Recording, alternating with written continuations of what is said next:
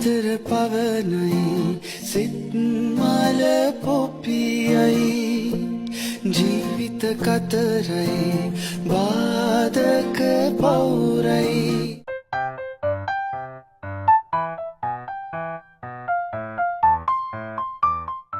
කොහොමද ඉතින් මගේ යාළුවෝ හැමෝන්ටම ඔයාලා හැමෝම සතුටින් පරිස්සමින් ඉන්නව නේද?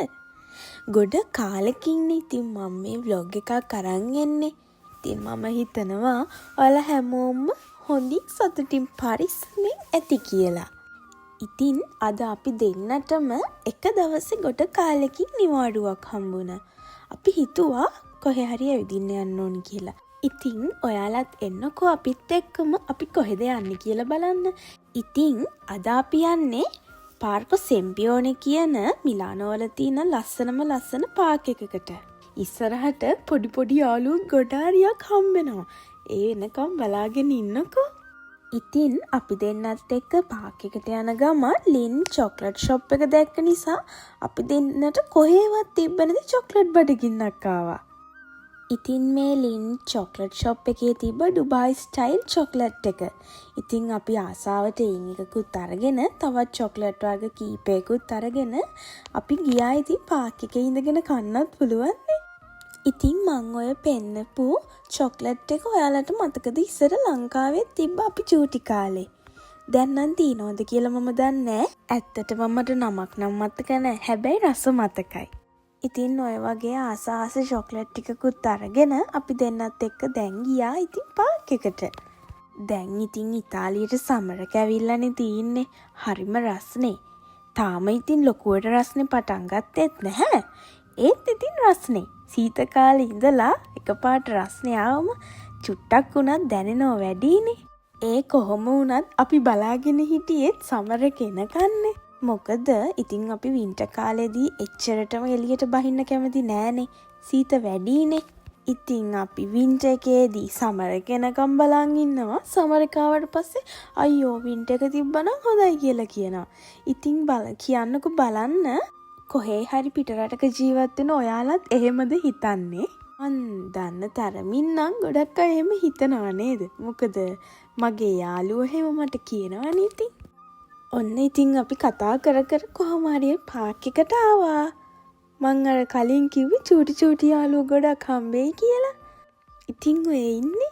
මෙයාලා විතරක් නෙමෙයි තව යාළුවෝ ගොඩක් ඉන්නවා. බලන්නකෝ ඉස්සරහට. ටික දවසක ඉඳලා අපි දෙන්නටම පුංචිම හරි නිවාඩුවක් ලැබිච්ච ගමන් අපි දෙන්න මේ පාක් එකට එන්න පුරුදු වෙලා ඉන්නවා. මොකද අපි සතිය පුරාම මහන්සි වෙලා වැඩ කරලා හම්බෙන නිවාඩුවේ අපේ මහන්සිය තෙහෙට්ටුව අපිට මේ චූටි සත්තු දිහා බලාගෙන මේ පාක් එකේ තියෙන ලස්සන ගස් කොළන් වලින් වටවෙච්ච පරිසරය දිහා බලාගෙන අපිට අපේ මහන්සිය නිකම්ම නැති කරගන්න පුළුවන්.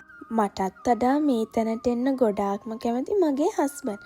මොකද එයා සත්තුන්ට හරිම ආදරේ. කොහොමද මේක? බල්ලට තියෙන සැපනේ. ළමයා බහැලා පයින් යනවා. අම්මා බල්ලව ස්ට්‍රෝලර් එකේ දාගෙන එනවා. මෙහෙ මිනිස්සු ඉතින් සත්තුන්ට සලකන්නේ ඔහොම තමයි. ඉතින් බලන්නකෝ මේ ඉබිමෑන්ට තියෙන සැප. හෙන සැපේ ඉන්නේ. අනේ ඉතින් ඇත්තටම හරිම ෂෝක් අනේ. කාලය යනවා තේරෙන්නේ. මට නම් මෙතනට වෙලා දවසම වුණත් ඉන්න පුළුවන්. ආදර පවනයි සිත් මල පොපියයි ජීවිත කතරයි බාධක පවුරයි. ඇත්තටම මෙයාලට මිනිස්සුන්ට වැඩිය මාරම හික්මීමක් තියෙනවා. මං හිතන්නේ මෙයාලා වෙනම සෙට් එකක්. මෙයාලා කොයි වෙලාවෙ බැලුවත් එහාට යනවා මෙහාට යනවා. එකටම තමයි කට්ටිය හැබැයි. සමහරක් විට මෙයාලා වෙන්නේ නැති මෙතන චන්ඩි ටික. ඉතින් මේ මොකද වෙන්නේ කියලා මට තේරුම් ගන්න ටිකක් වෙලා ගියා. මේ අම්මා පැටියව හොයනවා. බලනකොට පැටියා ගහක මුලක් අස්සේ හිර වෙලා. පැටියා කොහොම හරි බේරිලා එළියට ආවට පස්සේ අම්මා පැටියාගේ පස්සෙන්මයි. හරියට නිකන් අපේ අම්මලා වගේ නේද? ඒ පැටියට නම් හරිම විසේ. ඉතින් මේ අස්සේ මෙතන කෑමවලට ලොකු පොරයක්. ඉතින් කොහොම හරි අර අච්චර අරහේ ඉඳලා පැටියාගේ පස්සෙන් ආපු අම්මා කෑම දැක්ක විතරයි අර කට්ටියත් එකට එකතු වෙලා හරියට කෑම වලට පොර කනවා. ඉතින් මේ කොහොම වුණත් මාළු, ඉබ්බෝ, තාරාවෝ, පාත්තයෝ මේ හැමෝම හරිම සමගියෙන් තමයි මෙතන ඉන්නේ. මීට කලින් ඉබ්බෝ කෑම කනෝ දැකලා තියනවද? සසරයි හදවිල කැළඹී පවනේ හැරයයි නිලඹර පාවෙයි කාලය ගතහි දෙලොවක තනිවී වියරු බසින් නසන්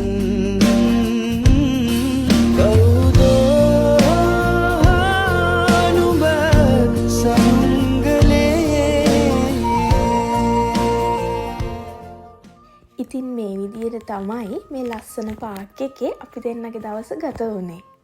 ඉතින් තවත් දවසක මේ වගේ ලස්සන වීඩියෝ එකක් අරගෙන මං ආයිමත් එන්නම් ඔයාලව බලන්න. ඉතින් මම ආපහු එනකන් ඔයාලා හැමෝම සතුටින් පරිස්සමෙන් ඉන්න.